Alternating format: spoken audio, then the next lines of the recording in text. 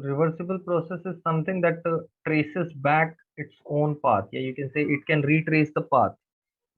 That's what we say by the reversible process. Yeah, that's what we mean by the reversible process.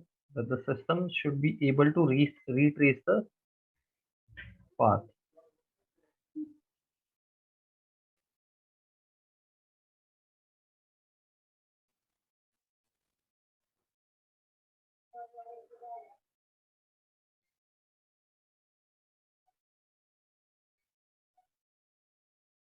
A process in which system retraces the same path to go back to original state.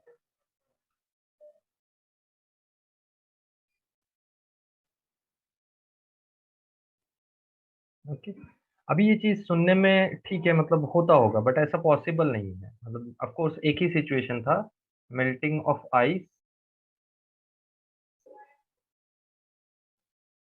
And freezing of ice.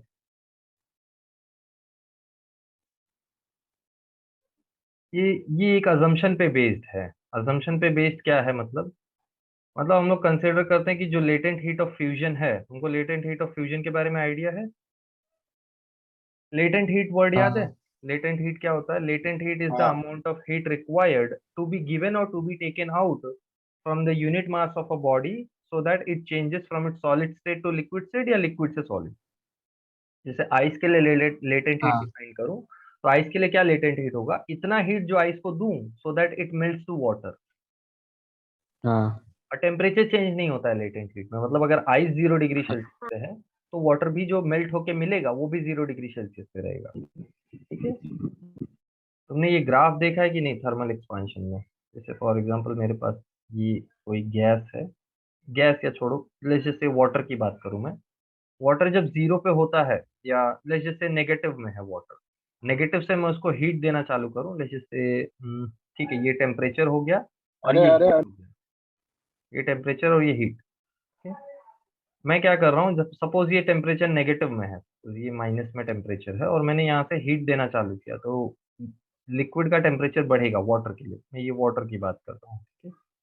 तो water का temperature बढ़ेगा, but as soon as water reaches to 0 degree Celsius, मतलब as soon as ये ice 0 degree Celsius पे तुम पहुंच जाओ, ice है, सपोज नेगेटिव में कुछ आइस का टेम्परेचर है, तुम उसको हीट करना चालू किए, हीट करोगे उसका टेम्परेचर 0 तक पहुंचेगा। फिर 0 से थोड़े टाइम के लिए वो टेम्परेचर कांस्टेंट हो जाएगा, मतलब चेंज ही नहीं होगा। देखो तुम हीट देते गए पर टेम्परेचर चेंज नहीं हुआ। फिर यहाँ पे फेस चेंज होगा, ये जो पार्ट है ना, ये फेस चेंज का पार्ट है।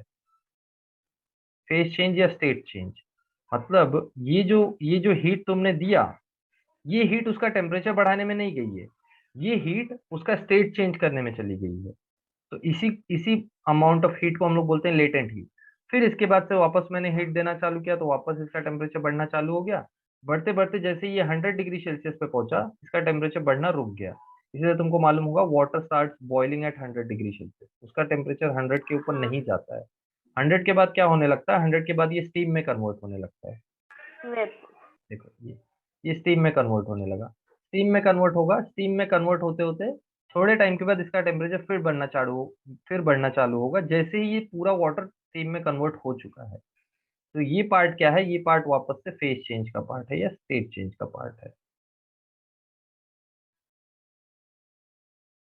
तो हम लोग ये जो सिचुएशन है ना, जैसे देखो हीट ऐसे दिए जा रहे हैं तो टेम्परेचर बढ़ते जा रहा है, ऐसे होते जा रहा है ये प्रोसेस, इसको हम लोग रिवर्सिबल समझते हैं या रिवर्सिबल कंसिडर करते हैं। जनरली ये होता भी रिवर्सिबल है। तो ये क्या बोल रहा है, अगर मैं इस टेम्परेचर से, जैसे 100 डिग्री टेम्परेचर है, इस पे कुछ हीट है वाटर में, इसको मैं और हीट दूं, तो वो हीट लेके वाटर क्या हो जाएगा? स्टीम में कन्वर्ट हो जाएगा। तो इसका मतलब क्या है, अगर स्टीम यहाँ पे है मेरे पास, यहाँ पे जैसे यहाँ पे मेरे पास लिक्विड वाटर है, यहाँ आइस है, यहाँ मेरे पास लिक्विड वाटर है, यहाँ मेरे पास स्टीम है। तो स्टीम में से इतनी हीट में निकाल लूं तो ये वापस लिक्विड वाटर बन जाएगा 100 डिग्री सेल्सियस पे। हाँ। ये रिवर्सिबिलिटी का बात है, मतलब ये जो पूरा चीज है ये रिवर्सिबल भी है। and that's why melting of ice and freezing of ice is one example of reversible process. समझा? मतलब हाँ, वाटर समझा। से अगर हम लोग हीट दें वाटर को तो वाटर स्टेट चेंज करता है। जैसे फॉर एग्जांपल आइस से वो लिक्विड में जाएगा या आइस से वाटर में जाएगा, फिर वाटर से स्टीम में जाएगा। तो सेम प्रोसेस रिवर्स कर सकते हैं, मतलब उतना ही हीट अगर निकालते जाएं तो वो स्टीम से वाटर में आएगा और वाटर से आइस में भी जाएगा। हाँ, that's why it is considered as an ice या considered as a reversible process. Reversible तो ये तो प्रोसेस। एक ही एग्जांपल है इसके लिए। जनरली जो भी प्रोसेसेस एग्जिस्ट करती है नेचर में, जैसे ये हीटिंग कर्व ऑफ वाटर है, तो तुमको चाहिए तो ड्रॉ कर लो। This is known as heating curve. यहाँ 0 डिग्री सेल्सियस है, ठीक है, heating curve of water. Generally जो नेचर में प्रोसेसेस एग्जिस्ट करती है ना, वो नॉन रिवर्सिबल या इरिवर्सिबल प्रोसेसेस होती है। हम लोग इरिवर्सिबल क्यों बोलते हैं या इरिवर्सिबल प्रोसेस क्यों एग्जिस्ट करती है? क्योंकि दूसरा कोई ऑप्शन नहीं है। मतलब जैसे हम एक एग्जांपल देता हूँ, सिंपल सा एग्जांपल। जैसे सपोज हमने लेजर से सपोज हमने व्हाट शुड आई से, सपोज हम एकदम थके हुए हैं, ठीक है, हम एकदम थके हुए हैं एंड वी स्टार्ट ईटिंग। हमने खाना खाया या कुछ एनर्जी ड्रिंक पिया, जो भी, लेजर से वी स्टार्टेड कंज्यूमिंग एनर्जी। हमने एनर्जी कंज्यूम करना चालू किया। इनिशियली हम लोग का एनर्जी बहुत कम था, हम लोग ने एनर्जी कंज्यूम किया, हम लोग का एनर्जी पॉजिटिव हो गया है। अब मुझे वापस से वो कम एनर्जी स्टेट पे जाना है, तो मैं क्या करूं? कैसे मैं सेम एनर्जी स्टेट पे पहुंचूं? कैसे मैं सेम एनर्जी वर्क। स्टेट पे पहुंचूं? मैं खाना नहीं निकाल वर्क सकता ना करो। बाहर। यार, हाँ, जो वर्क मैंने एनर्जी करके। लिया उसको मैं निकाल नहीं सकता बाहर। I will work have to do करोगे वर्क। तो। वर्क करना पड़ेगा। तो वर्क करना पड़ेगा, तो खाने के टाइम वर्क थोड़ी हुआ। खाने के टाइम तो हम लोग सिर्फ एनर्जी लिए जा रहे थे, बट एनर्जी निकालने के हाँ, लिए वर्क करना पड़ रहा है। और एक एग्जांपल समझो जैसे, और एक एग्जांपल समझो, जैसे जैसे मैं ये हाथ को रब करूं तो हीट प्रोड्यूस होता है। हाँ। हाँ, हाथ हाँ, हाथ गर्म होता है ना। अच्छा, हाँ। अगर मैं ये हाथ को, दोनों हाथ को ले जाके आग के सामने रखूं, जैसे सपोज कहीं पे हीटिंग सोर्स है, मैं उसके सामने रखूं, तो क्या मेरा हाथ अपने आप रब करने लगेगा? नहीं। नहीं। नहीं। मैंने वर्क करके हीट लिया, समझो, मैंने वर्क किया, मुझे हीट मिला। वर्क किया, मुझे हीट मिला, बट हीट लेके वर्क नहीं मिल रहा है। दैट्स हाँ। Irreversibility of nature. Nature irreversible ही है। मतलब अगर हम लोग वर्क करें तो हीट मिल सकता है, बट हीट को वर्क में कन्वर्ट नहीं कर सकते। वर्क को हाँ। हीट में कन्वर्ट कर सकते हैं, बट हीट को वर्क में नहीं कन्वर्ट कर सकते। All the work can be converted to heat, but all the heat can not be converted to work. इसीलिए जो अपने इंजन्स बनते हैं ना, वो एफिशिएंट नहीं होते हैं। एफिशिएंट मतलब 100% एफिशिएंट। इसीलिए हमको फ्यूल की जरूरत है। अगर 100% एफिशिएंट बन गया तो फ्यूल की जरूरत ही नहीं पड़ेगी, फ्यूल बर्न ही नहीं होगा और पॉल्यूशन होगा ही नहीं। मतलब जो भी तुम फ्यूल लोगे ना, उससे पॉल्यूशन नहीं होगा, सराउंडिंग में कोई भी हीट जाएगी नहीं। तो ये पॉसिबल नहीं है, नेचर ये अलाउ नहीं करता है। रिवर्सिबिलिटी नेचर अलाउ नहीं करता है। इट्स लाइक कि तुमने सपोज जैसे ले से तुमने कुछ 100 रुपीज का पेट्रोल डाला गाड़ी में, तो ऐसा नहीं है कि बिना सराउंडिंग को दिए तुम सारा का सारा पेट्रोल यूज कर लोगे गाड़ी को चलाने में। नहीं, कुछ हीट सराउंडिंग में जाता रहेगा। जो भी हीट तुमको मिल रहा है उसको पूरा का पूरा तुम वर्क में कभी कन्वर्ट नहीं कर सकते। ये इरिवर्सिबिलिटी का जो एक फंडामेंटल लॉ है ना, that is known as second law of thermodynamics. तब तक हम लोग जो फर्स्ट लॉ देख रहे थे ना, फर्स्ट लॉ बताता है एनर्जी कंजर्व रहता है, हाँ, प्रोसेस एनर्जी कंजर्व रहता है। सेकंड सेकंड लॉ बताता है कौन सा प्रोसेस पॉसिबल है, कौन सा प्रोसेस पॉसिबल नहीं है। फर्स्ट लॉ बोलता है अगर प्रोसेस होगा तो एनर्जी कंजर्व रहेगा, बट फर्स्ट लॉ ये नहीं बताता कि प्रोसेस होगा या नहीं होगा। फर्स्ट लॉ सिर्फ ये बोलेगा कि अगर प्रोसेस एनर्जी हुआ तो कंजर्व। एनर्जी कंजर्व रहेगा। अगर प्रोसेस हुआ तो heat is equal to W plus delta U, अगर प्रोसेस हुआ तो। सेकेंड लॉ ऑफ थर्मोडायनेमिक्स बताता है प्रोसेस पॉसिबल है या नहीं है, मतलब प्रोसेस रिवर्सिबल है या इरिवर्सिबल है। जनरली हम लोग हाँ, इरिवर्सिबल का बात करते हैं। जैसे कोई प्रोसेस है मेरे पास, ये इसका ग्राफ मैं बनाऊं, पीवी ग्राफ। तो ये सपोज यहाँ से यहाँ गया, ये स्टेट से ये स्टेट पे गया। This is let's say P1 B1 T1, ये P2 P2 T2। ये वापस स्टेट में आएगा अगर, ये वापस स्टेट में आएगा अगर, तो ये सेम पाथ से नहीं आ सकता है, सेम पाथ से नहीं आ पाएगा। क्यों? क्योंकि बीच में कुछ नॉन कॉन्जर्वेटिव फोर्सेस हैं। ये देखो, ये हमेशा एक्स्ट्रा वर्क करके ही आएगा, मतलब जैसे जाने के टाइम जो वर्क लगा ये पॉजिटिव वर्क है, ये देखो ये नेगेटिव वर्क है, मतलब एक्स्ट्रा वर्क लग रहा है। ये इतना जो पार्ट है तुम्हारा, ये पार्ट तुम्हारा एक्स्ट्रा वर्क है जो कि इरिवर्सिबिलिटी को बता रहा है। हाँ वो एग्जाम्पल देखा है, 3 इडियट्स में एग्जाम्पल देखा है ना, बोलता है नथिंग इज इम्पॉसिबल। वो कोलगेट निकाल के उसके हाथ में रख देता है, उसको अंदर डाल। हाँ। कोलगेट को नहीं स्क्वीज होता आउट करना इज इजी, उसमें कम वर्क लग रहा है, बट कोलगेट को रिफिल करना इज डिफिकल्ट, उसमें ज्यादा वर्क लगेगा। इसलिए प्रोसेस इरिवर्सिबल हो गया, इसलिए प्रोसेस इरिवर्सिबल हो गया। और एक एग्जांपल है, जैसे हाँ। ये स्लाइड है, सपोज ये स्लाइड है, तुम ऊपर बैठे और फिसल के नीचे आ गए, बट क्या ऊपर जाना उतना इजी है जितना नीचे, जितना इजी नीचे आना था? नहीं नहीं। मतलब स्टेट तो सेम है ना, देखो ये सेम स्टेट है, तुम इसी स्टेट पे पहुंचना चाहते हो, बट वर्क ज्यादा लगेगा उस स्टेट पे पहुंचने के लिए। हाँ। तो ये क्यों हो रहा है? ये हो रहा है because of non conservative forces. हमेशा नॉन कॉन्जर्वेटिव फोर्सेस एग्जिस्ट करते हैं। नॉन कॉन्जर्वेटिव फोर्सेस कौन कौन से? नॉन कॉन्जर्वेटिव फोर्सेस होते हैं जैसे वर्क डन हो गया, एयर रेजिस्टेंस हो गया, फ्रिक्शन हो गया, ये सब। वर्क डन बोल रहा हूँ, sorry. Friction, air resistance, viscous force, these are all non conservative forces. तो जब तक नेचर में नॉन कॉन्जर्वेटिव फोर्सेस एग्जिस्ट करते हैं, तब तक प्रोसेस रिवर्सिबल पॉसिबल नहीं है। जब तक हाँ। नेचर में नॉन कॉन्जर्वेटिव फोर्सेस एग्जिस्ट कर रहे हैं, तब तक रिवर्सिबल प्रोसेस पॉसिबल नहीं है। किसी भी चीज, किसी भी सेम स्टेट में वापस पहुंचा नहीं जा सकता है बिना एक्स्ट्रा वर्क किए, बिना एक्स्ट्रा वर्क किए। जैसे ये वाला सिचुएशन जो मैं बता रहा था ना, जो मैं हीट, ये जो मैं रब कर रहा हूँ हाथ को, इसमें फ्रिक्शन रोल प्ले कर रहा है हीट प्रोड्यूस करने को।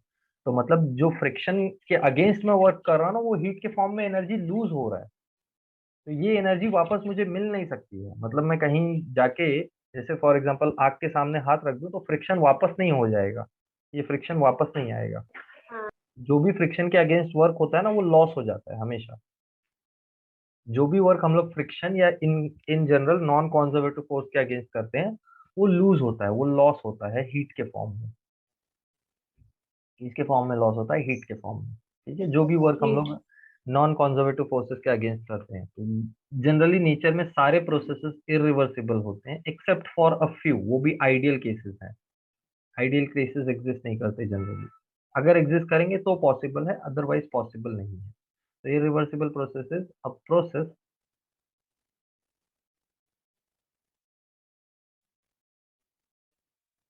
इन विच a system cannot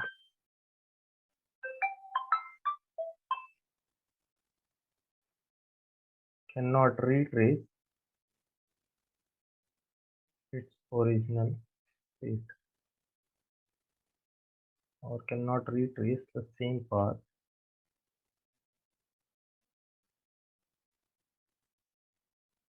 to reach or to go back.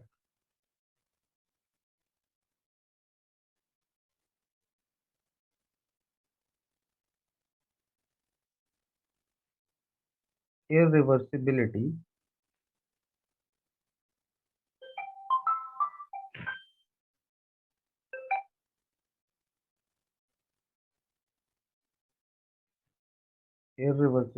exists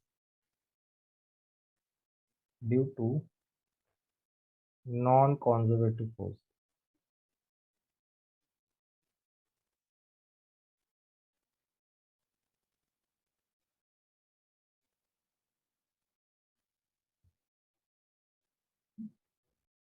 Like friction, viscous force, air drive, या air resistance.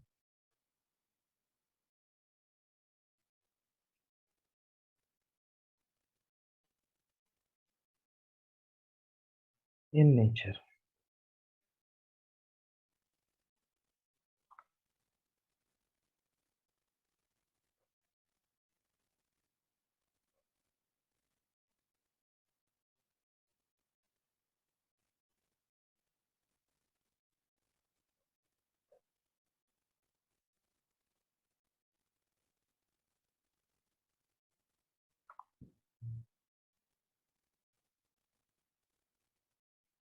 डन। समझ में आया रिवर्सिबिलिटी Yes. इरिवर्सिबिलिटी? हाँ समझा।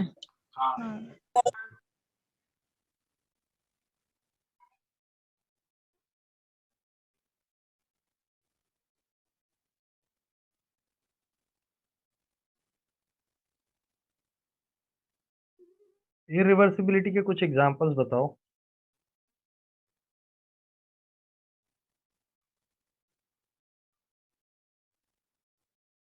और कोई एग्जांपल सोच सकते हो जहां प्रोसेस इरिवर्सिबल है?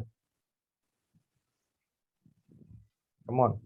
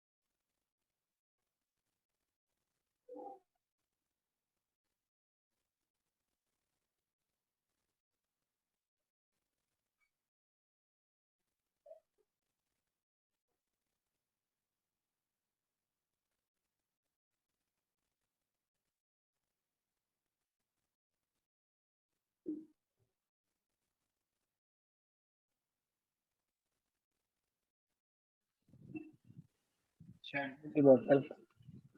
डन। हाँ हम स्टेप्स का भी एग्जांपल ले सकते हैं ना सर।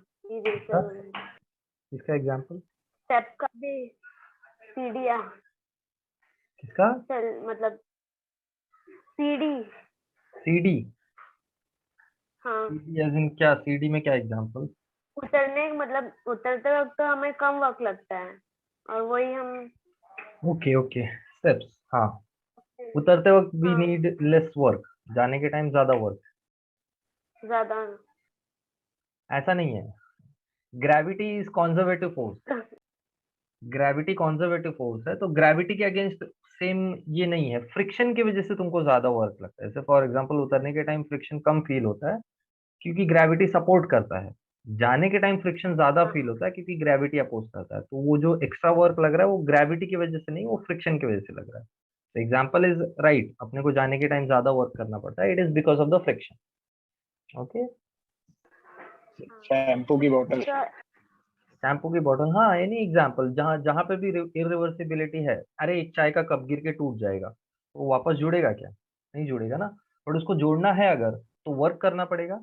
बैठ के 1 घंटा उसको चिपकाओगे हाँ तो, बट वो क्या वापस सेम स्टेट में पहुंच पाएगा क्या? नहीं पहुंच नहीं। पाएगा। मतलब कुछ प्रोसेसेस जो कम्प्लीटली इरिवर्सिबल है, मतलब वो सेम, वो अपने स्टेट पे जा भी नहीं सकती है। अगर वो स्टेट पे जा भी रही हैं तो भी परफेक्टली नहीं पहुंच पाएंगी, सेम सिचुएशन पे परफेक्टली नहीं पहुंच पाएंगी ना। जैसे पानी ऊपर से नीचे गिर रहा है, हाँ बट नीचे से ऊपर नहीं जा सकता है खुद से। तो नेचर में कुछ चीजें स्पॉन्टेनियस हाँ होती है, कुछ चीजें नॉन स्पॉन्टेनियस होती है। जैसे स्पॉन्टेनियस मतलब केमिस्ट्री में पढ़ा होगा ना, spontaneous reaction, non spontaneous reaction. Spontaneous मतलब जो खुद से होता है, और नॉन स्पॉन्टेनियस मतलब हाँ जो खुद से नहीं होता है, जो खुद से होगा ही नहीं, तो उसको करने के लिए तुमको वर्क चाहिए ही होगा। तो दोज आर इरिवर्सिबिलिटी। जैसे फॉर एग्जांपल एक सिचुएशन देख लो, ये मेरे पास दो बॉडीज हैं, ए और बी, ठीक है। ये बॉडी ए है 100 डिग्री सेल्सियस पे, बॉडी बी है 0 डिग्री सेल्सियस पे। तुम बताओ स्पॉन्टेनियसली क्या होगा हीट को? हीट तो 100 से 0 पे ही जाने वाली है ना। टेप से भी। हाँ हाँ हाँ हीट 100 से 0 पे जाने वाली है। बट क्या तुमने कोई एग्जांपल देखा है, जैसे फॉर एग्जांपल इसका टेम्परेचर में 10 डिग्री सेल्सियस कर दूं, तो अभी भी हीट कहाँ से कहाँ जाने वाली है? हीट जाने वाली है 100 से 10 डिग्री सेल्सियस। क्या तुमने कोई 100 से सिचुएशन 10। देखा है जहाँ पे हीट 10 से 100 जाती है? नहीं, लोअर टेम्परेचर से हायर टेम्परेचर जाती है। रेफ्रिजरेटर में, हीट करनी। रेफ्रिजरेटर में हम लोग कोई भी सामान रखते हैं, अगर फ्रीजर में कोई भी सामान रखो, तो भले बाहर सराउंडिंग का टेम्परेचर ज्यादा है, बट स्टिल रेफ्रिजरेटर अंदर से हीट बाहर फेंक रहा होता है। तो उसके लिए क्या क्या यूज, हाँ इलेक्ट्रिकल वर्क यूज कर रहा है। जो इलेक्ट्रिसिटी का बिल आता है ना, हाँ इसलिए आता है क्योंकि वर्क अगेंस्ट कर रहा है वो। अदरवाइज इलेक्ट्रिसिटी का बिल ही नहीं आएगा ना, अगर हम लोग स्पॉन्टेनियसली चले जाएं तो इलेक्ट्रिसिटी का बिल ही नहीं आएगा। गेटिंग? हाँ are non spontaneities in the nature, इसको हम लोग बोलते हैं इरिवर्सिबिलिटी। बहुत सारी चीजें हैं, जैसे ये जो सेकेंड लॉ ऑफ थर्मोडाइनमिक्स है ना, थोड़ा मैं तुमको बताता हूँ, शायद सुन के अच्छा लगेगा। है नहीं, तुमको पढ़ने का जरूरत नहीं है, बस तुमको एक आइडिया दे रहा हूँ क्या होता है second law of thermodynamics. Second law of thermodynamics, it governs everything, मतलब गवर्न करेगा। It will tell whether the process is possible और नॉट, और ये होने लगेगा तो प्रोसेस कहाँ तक जाएगा, कितना कितना सिचुएशन तक पहुंच सकता है। इनफैक्ट अगर मैं बोलूँ तो second law of thermodynamics can predict everything, वो सब कुछ गवर्न कर सकता है, मतलब स्टार्टिंग से लेके एंड तक, नेचर के पूरे यूनिवर्स के एंड तक क्या होगा, मतलब क्या एज इन किस सिचुएशन में यूनिवर्स पहुंचेगा लास्ट स्टेज, वो भी ये प्रेडिक्ट कर सकता है। That's how powerful second law. In fact second law बताता है टाइम फॉरवर्ड डायरेक्शन में ही क्यों चलता है। कभी देखा है टाइम उल्टा चलते हुए? नहीं चलता है ना, टाइम उल्टा सीधा ही चल रहा है, हमेशा एक ही डायरेक्शन में ही चल रहा है। क्यों एक ही डायरेक्शन में चल रहा है? Nobody knows. क्यों एक डायरेक्शन में चल रहा है? Nobody knows. पानी ऊपर से नीचे ही क्यों आ रहा है? नोबडी नोज ना। But it is all happening because of a fundamental nature या fundamental law of the nature, that is this. ये वो fundamental law of the nature है जो इन सब चीजों को गवर्न कर रहा है। Second law of thermodynamics is not only related to simply, हम लोग सेकेंड लॉ ऑफ थर्मोडाइनमिक्स को बोलते हैं वर्क और हीट से रिलेटेड। जो ये जो मैंने स्टेटमेंट बोला ना, all work can be converted to heat but all heat can not be converted to work, उसी को बोलते हैं हम लोग second law of thermodynamics in this book में हम लोग वो बोलते हैं। बट जैसे जैसे थर्मोडाइनमिक्स को अच्छे से पढ़ोगे यू विल अंडरस्टैंड कि second law of thermodynamics, it dictates everything, it governs everything, सब कुछ गवर्न कर सकता है ये। मतलब चाय का कप गिर के टूट ही क्यों रहा है, या अंडा गिर के टूटता क्यों, ऊपर उठ के जुड़ता क्यों नहीं है, दैट इज ऑल्सो देयर। या टाइम हमेशा आगे क्यों चल रहा है, या अपना एज हमेशा बढ़ता क्यों, किसी को देखा है एज रिवर्स होते हुए? है ना, सबका एज बढ़ रहा है। नहीं तो व्हाई हाँ एजिंग इज इरिवर्सिबल, ये सब चीजें बताता है सेकेंड लॉ ऑफ थर्मोडायनेमिक्स। अपने घर में बैठो, एक रूम में बैठो, शांति से अच्छे से घर साफ करके बैठो, अपना रूम एकदम अच्छे से साफ करो। क्या 10 दिन के बाद रूम वैसा ही साफ सुथरा पड़ा रहेगा? नहीं, नहीं स्ट्रेस होना चालू होता है। तो ये जो डिसऑर्डर है ना नेचर में, वो इनहेरेंट चीज है, वो निकाल नहीं सकते हम लोग। डिसऑर्डर, इसको डिसऑर्डर बोलते हैं। सेकंड लॉ ऑफ थर्मोडायनेमिक्स को हम लोग बोलते हैं डिग्री ऑफ डिसऑर्डर डिफाइन करता है ये। या ये बोलता है कि degree of disorder will always increase, या एंट्रोपी विल ऑलवेज इंक्रीज, जिसको हम लोग एंट्रोपी नाम देते हैं ना, एंट्रोपी को बोला हाँ जाता है डिग्री ऑफ डिसऑर्डर। तो किसी भी सिस्टम में डिग्री ऑफ डिसऑर्डर हमेशा बढ़ता है, इसीलिए चीजें मेसीनेस की तरफ जाती हैं। जैसे अपना एज बढ़ रहा है, तो अपना स्किन जो है, अपना बॉडी जो है, वो धीरे धीरे खराब हो रहा है ना एक्चुअल में। इट हाँ doesn't sound, I know it doesn't sound polite, but I am telling you the reality what it is. अपना बॉडी खराब हो रहा है ना धीरे धीरे, डिग्रेड हो रहा है बॉडी, अपना डिग्रेडिंग बॉडी। तो ये क्यों हो रहा है? It is just because of this inherent nature, disorder बढ़ते जाता है। जैसे कोई घर को पेंट कराया, तो उसका पेंट खराब ही होता है। खराब पेंट का सही पेंट हाँ नहीं होने लगता है अपने आप। कभी देखा है किसी घर का पेंटिंग खराब है तो अपने आप सही हो रहा है? वो नहीं ना, इरिवर्सिबिलिटी है ये, मतलब नॉन स्पॉन्टेनियस चीज है ये। उसका पेंटिंग सही करना है तो उनको पेंटिंग करना पड़ेगा, तब वो सही होगा पेंटिंग। बट पेंटिंग कर दो, खराब अपने आप होगा। हाँ दैट्स नेचर। नेचर हमेशा अपने अगेंस्ट में है, हमेशा अपने अगेंस्ट में काम करता है नेचर। मतलब we are going against nature. हम लोग नेचर को नहीं बोल सकते नेचर अपने अगेंस्ट में, हम लोग नेचर के अगेंस्ट।